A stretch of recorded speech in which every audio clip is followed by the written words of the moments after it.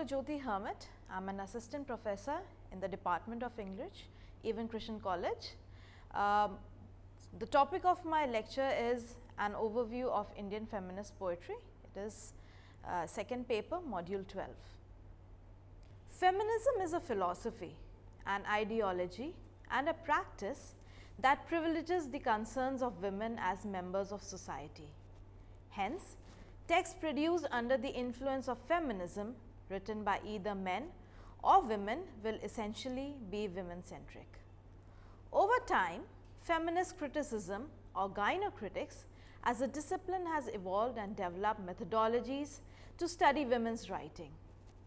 In our exploration of Indian feminist poetry, our endeavor must be to assess what modes of resistance this poetry adopts in order to rewrite, transform, reimagine or undermine the projects set out for women by a patriarchal culture. We soon realized that feminism, as it plays out in the Indian context, is self-generated. It developed on its own without any borrowings from the West. It is only in the 60s and the 70s that modes of Western feminism impacted Indian feminism. Exploring sexuality and eroticism, interrogating hierarchies and patriarchy, questioning the inequalities in marriage and in heterosexual relationships are the dominant ideas explored by feminist poetry in India.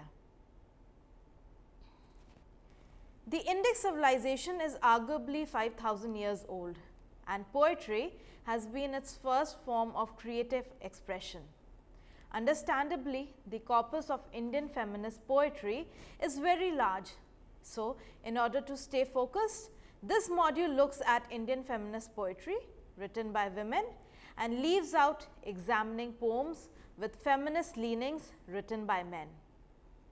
It is worth emphasizing here that poetry written by Indian women of ancient times is surprisingly as modern and relevant as feminist poetry written by contemporary Indian women. More or less, the themes remain the same, indicating that culturally nothing much has altered in the Indian civilization and no dramatic upheavals have changed the face of Indian society from ancient to modern times. The first Indian woman poet is Lopmudra, wife of sage Agastya, writing hymns in Sanskrit in the Rig Veda. Lopmudra boldly asserts her sexual needs in a predominantly Brahminical and male-dominated age. We also have Buddhist nuns writing in Pali in the Theryagatha. Here, a nun replies to the jibe of the god of death, Mara, and says that gender is in no way a hindrance in attaining enlightenment and nirvana. Mara says, that vantage ground the sages may attain is hard to reach. With her two-finger consciousness, that is no woman competent to gain. To which the nun replies, what should the woman's nature do to them, whose hearts are firmly set, whoever move with growing knowledge onward in the path? In the medieval period of Indian history, what is today called the Bhakti movement had its genesis in the south of India in the 6th century CE. It is characterized by the writings of its poet saints, many of whom were female. The Bhakti poets extolled a passionate love for the divine. From the 12th century onwards, the Bhakti movement gradually spread to other regions of India. From the central western regions of India, it moved northwards and to northeast India, coming to an end roughly in the 17th century. The Bhakti poets wrote in their regional vernaculars. By now, writing devotional literature in Sanskrit, as was the practice, the immense contribution of the Bhakti poets to Indian literature is that they helped develop the regional languages as well as the modern Indian languages, which now are around almost 1500 in number. Many male Bhakti poets speak in women's voices. Perhaps They believed that women's nature and their attitude of surrender was the way an individual ego should approach the Godhead. The Bhakti movement was a religious as well as a social revolution. It interrogated the hierarchies of class, caste, gender, and religion. Kabir's dohas ask how, although circumcision may differentiate men, does it differentiate a Hindu woman from a Muslim one? Similarly, the sacred thread may reveal a man's religion, but would it be a woman's? Akka Mahadevi was born in Udutali, a village near Shimoga in present-day Karnataka. She wrote in Kannada. She was initiated into Virasavam while still a young girl. In her story, which is rich with legends of her independent mind and soul and her fearless way of living, while having devoted her life to the service of her god Chinnamallika, her poems are a direct address to her god or others and are born out of lived, felt experiences. She is the precursor of the confessional school of poetry in India, and her poems are fine examples of a creature feminine. The intense illicit love relationship that Akka Mahadevi establishes with her god Shiva is both her rebellion against the role forced upon her by society as well as a means to spiritual liberation. A few lines from the poem, not one, not two, not three or four. Not one, not two, not three or four, but through 84,000 vaginas have I come. I have come through unlikely worlds guzzled on pleasure and pain. Whatever be all previous lives, show me mercy. This one day, O Lord, white as jasmine. Akka Mahadevi's life and poems make for an engaging comparison with the North Indian Bhakti poet Mirabai. Mirabai was upper caste and married off into a Rajput royal family. She too negated marriage and the norms of civil society and wandered off with saints and ascetics in her search for her lover, God, Giridhara or Krishna. Much like the modern day Princess Diana story, legends has it that the enraged royal family made several attempts on the life of Meera, but she escaped unscathed. Mirabai's poetry becomes all the more interesting for contemporary readers because the places and temples associated with her are still extant and functioning in Rajasthan and Gujarat. One may visit these sites and marvel at how a high-born lady travels such long distances like an ordinary person in those medieval times. Pain and suffering of separation are the hallmarks of Meera's poems in Rajasthani and Gujarati. Although living the life of a rebel, in contrast, her poems in genteel language are animated by household images of upper class life and an attitude of complete surrender to the male deity she adores. Many of her poems are set to music by her. She specifies the particular rag that the poem must be sung in. This makes one believe that Mirabai was bringing into play a sharp critical intelligence while composing her poems, as the rags evoke moods and images that Meera desired to reinforce into the structure of the poem. I would like to quote a couple of lines from the poem, I am true to my Lord. I am true to my Lord, O my companions, there is nothing to be ashamed of now, since I have been seen dancing openly. In the day, I have no hunger. At night, I am restless and cannot sleep. Leaving these troubles behind, I go to the other side. A hidden knowledge has taken hold of me. My relations surround me like bees, but Meera is the servant of her beloved Giridhar, and she cares nothing that people mock her. Folk songs in all of India's languages and dialects constitute an almost unmappable hinterland of literary riches. Most of these folk songs are composed by women while going about the daily business of living a family and community life. These songs cover every aspect of life and run through the entire range of human emotions.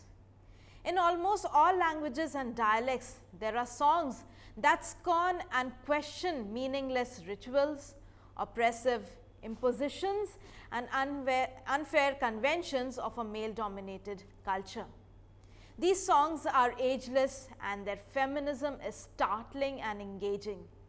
There is an urgent and pressing need for researchers to do interlanguage translations of these folk songs so that they are accessible to an increasingly large swathe of people.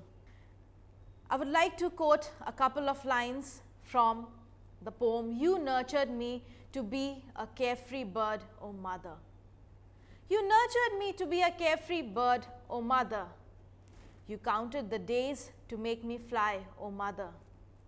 Now the cage is bare without a bird, O mother. Without me, your home is empty, O mother. Who shall coax me to eat, O my mother?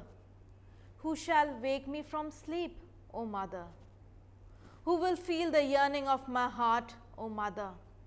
For they shall only exaggerate my words, O mother. And they shall make fun of them, O mother. Oh, their harsh words I cannot bear, O mother. They shall flay my skin to the bone, O mother. Oh, how I was afraid of the dark, O mother. But now I have freed you from my care, O mother. And when the first hibiscus blooms, O mother, darkness shall reign on your heath, O mother. The camel drinks with its long neck, O mother, but you have none of the cares, O mother.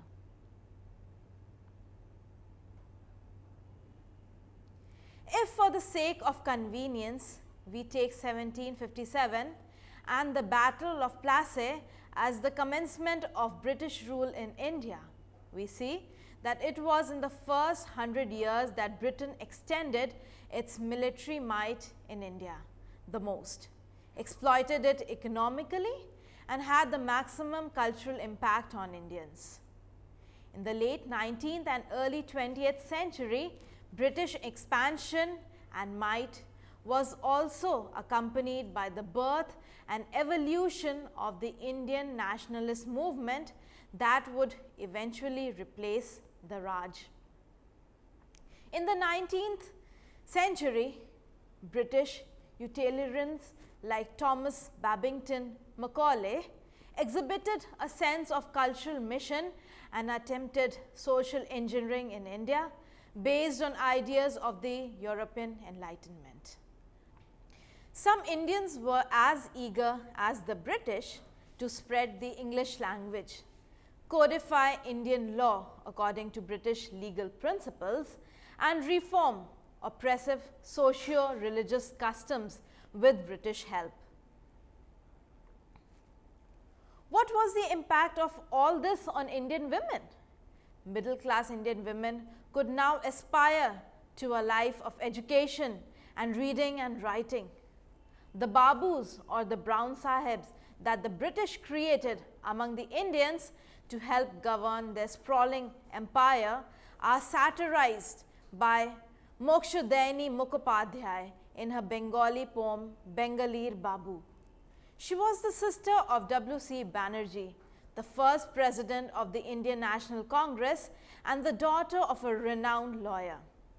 Mokshadayani had the good fortune of growing up in an atmosphere of learning, and her writing caused quite a stir in the literary world of her time. Sarojini Naidu poet and politician, is a towering figure in India's cultural history, active as a close associate of M.K. Gandhi and Gopal Krishna Gokhale at a time when India was in the grip of nationalist fervor and battling bitterly for independence from the British Empire. Though her life and her politics encompass all the shades of feminism, her poetry appears genteel, effete and exotic, harking back to the world of snake charmers and rope tricks. However, Naidu's contribution as a poet rests in the realm of the imagination. In her poems, Naidu is able to evoke a world of enchantment, wonder and surprise at a time when the entire world was trapped in the black hole of mechanized, industrialized, worn-torn, brutish modern civilization. Naidu has often been referred to as a traditional feminist because her poetry is relatively conservative, while she is a firebrand champion of women's rights in the political arena. As a creative artist writing in English, the colonizer's language, Naidu is a product of her times. An intergenum where an Indian deeply scarred by colonialism was neither traditional nor modern. Hence, Naidu's poetry defies easy categorization. I would like to recite a couple of lines from the poem, From the Temple, a Pilgrimage of Love. If you call me, I will come, swifter, O my love, than a trembling forest deer or a panting dove, swifter than a snake that flies to the charmer's thrall. If you call me, I will come, fearless what befall. If you call me, I will come, swifter than desire, swifter than the lightning's feet, shod with plumes of fire. Life's dark tides may roll between, or death's deep chasms divide. If you call me, I will come, fearless what betide. The freedom movement of Indian independence had given ample opportunity to women of all classes and sections of society to step out of their homes and come out into public spaces to fight for a free nation. However, independence in 1947 was also accompanied by the partition of the country into India and Pakistan, and a genocide wherein women and children suffered the most. The first elections to be held in independent India in 1951 were based on universal suffrage. Also, one of the first initiatives of constitutional feminism the new government of India took was the Hindu Code Bill that tried to create a uniform law for women wherein they would be guaranteed some rights to property and succession and to be treated at par with men in matters relating to marriage and divorce. This law was eventually passed in 1955. However, by the late 1960s, most of the sheen of Nehruvian socialism wore off. Economic growth fell short of expectations. Urban unemployment increased. The rural poor resisted changes that the bureaucrats and planners envisaged for them. Prices spiraled. Major peasant revolts and riots affected parts of the country. This was a time that brought women out of their homes again, with them forming women's organizations and forcing the government to set up and consider women's issues and women's questions. A state of emergency was declared by the government in 1975, and after the emergency was lifted in 1977, women's movements and women's struggles in India gained momentum. By the 1980s in India, caste and communal conflicts were on the rise together with violence against women. Jayaprabha is an Indian poet and feminist writing in Telugu. She has published 7 volumes of poetry and also several texts of literary criticism. A selection of love poems written by her have been translated into English by P.V. Narasimha Rao, former Prime Minister of India, as Unforeseen Affection. Her poetry has been widely anthologized in both Telugu and in English. During the freedom movement, as well as after the formation of the sovereign nation of India, B.R. Ambedkar worked tirelessly for the cause of the victimized and the marginalized depressed castes, the untouchables, the Harijans and the Dalits of India. As the architect of the Constitution of India, he drafted provisions and spearheaded legislations that promised social equality and justice for all. In the early 1970s, groups calling themselves Dalit Panthers became active in Maharashtra. They drew inspiration from Marxist ideology, the Bhakti movement, and the Afro-American civil rights and Black is Beautiful movements in the United States. Soon, an impressive body of Dalit literature started evolving, the writing thick with anger and resistance. Dalit women too started registering their protest in their writing. In India, a Dalit woman is triply oppressed, crushed by the weights of class, caste, and gender. Dalit women's writing is a minefield of simmering rage and discontent, and an unignorable area of study for its special brand of feminism. Here, we look at extracts from a long poem in Marathi by a Dalit woman poet, Jyoti Lanjewar, who attracted widespread attention in the 1980s. Lastly, let us cast a glance at women poets of the Indian diaspora, poets of Indian origin or ancestry, born or settled outside of India. These poets have had to negotiate questions of Indianness, identity, sacrosanct nativity or dynamic nationality, gender issues, and self-affirmation in all of their hyphenated experiences. This has given birth to a fairly large body of poetry full of complexity, paradox, and richness wrapped around themes of exile, nostalgia, rootlessness, alienation, racial and gender discrimination, marginalization, problems of assimilation, and cultural hybridization. The poetry of diasporic Indian women poets examines their particular existential dilemmas through gendered lenses. Let us read a poem by Michelle Cahill, a Goan Anglo-Indian who now lives in Sydney, Australia, in order to facilitate an understanding of the issues that animate diasporic poetry by Indian women. The poem is named Parvati in Darlinghurst. So I lay on the body of a pale Shiva. He spoke not a word, bothered perhaps by my nut-brown skin. My slow dance calmed his electro-shuffle. A slap of limbs pinned him down to my earth. I hadn't bathed in sandalwood, flouting legend with a preference for Estee Lauder. The mole's crescent tangled my hair.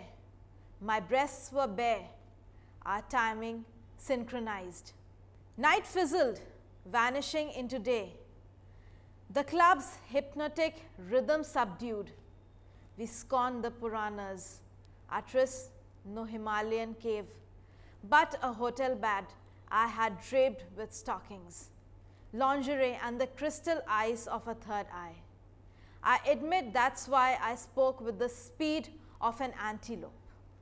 It seems the acharyas were mistaken. I hadn't dated for marriage or adultery, nor with a wish to deck his house with flowers or sweep his floors. I am too busy, I declared, for dalliance or abstract gossip. I have no interest in honeybees or birds. All I wanted was a good time. I swear as the river is my sister that this guy was not my sun or my sky. No way did it ever enter my mind to have his kids. His first wife's ashes are scattered all over the city. God damn it, Shiva is a walking disaster. Whatever he touches, he burns. Restraining him with handcuffs, I said, "Forget it, babe. Your lingam and my yoni are made for one thing only, improper and unchaste. It's little more than conjecture to think our sweaty helix could ever be whole." Then I offered to grind and gyrate him silly, suspend our want indefinitely, and he fell utterly silent with this new meaning. Cahel's poem is one of the best examples of parody and jouissance. Cahel overturns the grand narratives of Parvati and Shiva on its head and uses the terminology associated with the legend of Shiva and Parvati in a parodic and subversive manner. The poem is hilarious, so well has the poet been able to use irony, parody, and satire to tickle the reader's cosmic sensibility. Grave, somber, and serious words, read Sanskritized words like third eye, lingam, and yoni are demystified and reduced to a ridiculous, crude reality. Postmodern feminism gangs up to strip the romance of eroticism associated with the love legend of Parvati and Shiva down to the very basics of the act of sex between a man and a woman. The message of the poem is jouissance. Sorry, I would like to do it again. Postmodern feminism gangs up to strip the romance of eroticism associated with the love legend of Parvati and Shiva down to the very basics of the act of sex between a man and a woman. The message of the poem is jouissance. The contemporary Parvati will indulge in sex for no other reason than the sheer joy of your lingam and my yoni, made for one thing only, improper and unchaste. The poem's feminist poetics registers a paradigm shift in the age of metropolitan life, resulting in the lapse of a grand order replaced by an arbitrary personal order. In its own unique way, this poem manages to further the cause of feminist activism through writing.